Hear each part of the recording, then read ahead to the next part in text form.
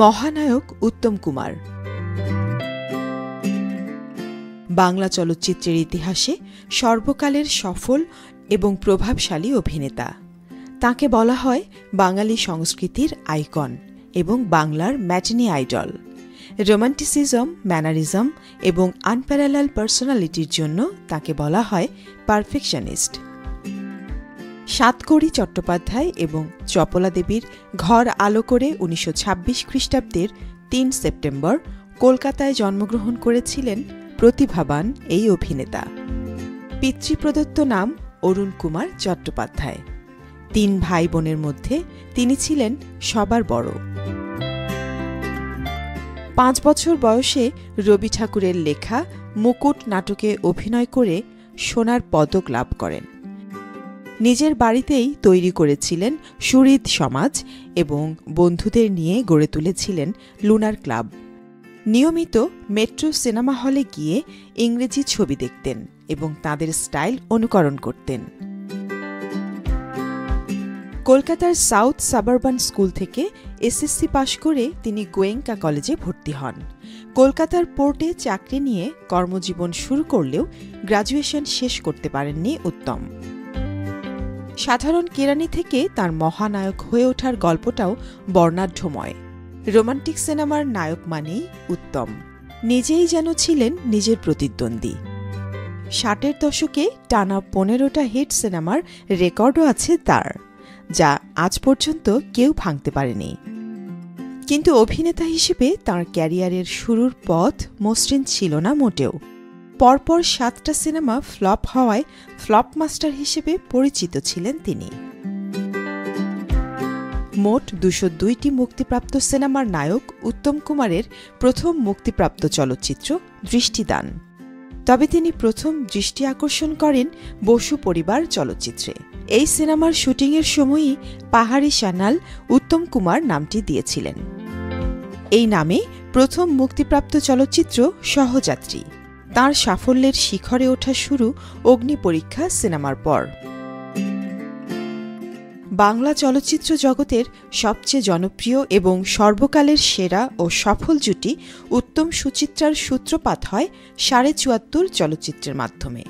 এই রোমান্টিক জুটির আরও কয়েকটি ব্যবসা সফল চলচ্চিত্র হল হারানো সুর, পথে হলো দেরি, সপ্তপদী, চাওয়া পাওয়া, সাপমোচন, বিপাশা, জীবন তৃষ্ণা এবং সাগরিকা। এছাড়াও উত্তম কুমার সাবিত্রী চ্যাটার্জি ও সুপ্রিয়া দেবী সহ আরও অনেক নায়িকার সাথে ব্যবসা সফল ছবিতে কাজ করেন, যার মধ্যে অন্নপূর্ণার মন্দির, চিরকুমার সভা, শেষ অঙ্ক, চৌরঙ্গী, সুরের পরশে, পৃথিবী আমারে চায়, বিচারক, মরুতীর্থ হিংলাজ, অবাক পৃথিবী, দেয়া নেয়া অন্যতম। সুঅভিনেতা উত্তম কুমার অ্যান্টনি ফিরিঙ্গি সিনেমায় পরিচিত ইমেজ থেকে বের হয়ে এসেছিলেন। উত্তমের সেই ভুবন ভোলানো হাসি বা প্রেমিক সুলভ আচরণের বাইরেও যে অভিনয় করার দক্ষতা এবং নানা ধরন থাকতে পারে, মূলত সেটাই তিনি দেখিয়ে দিয়েছিলেন খোকাবাবুর প্রত্যাবর্তনে গ্ল্যামার থেকে বেরিয়ে এসে।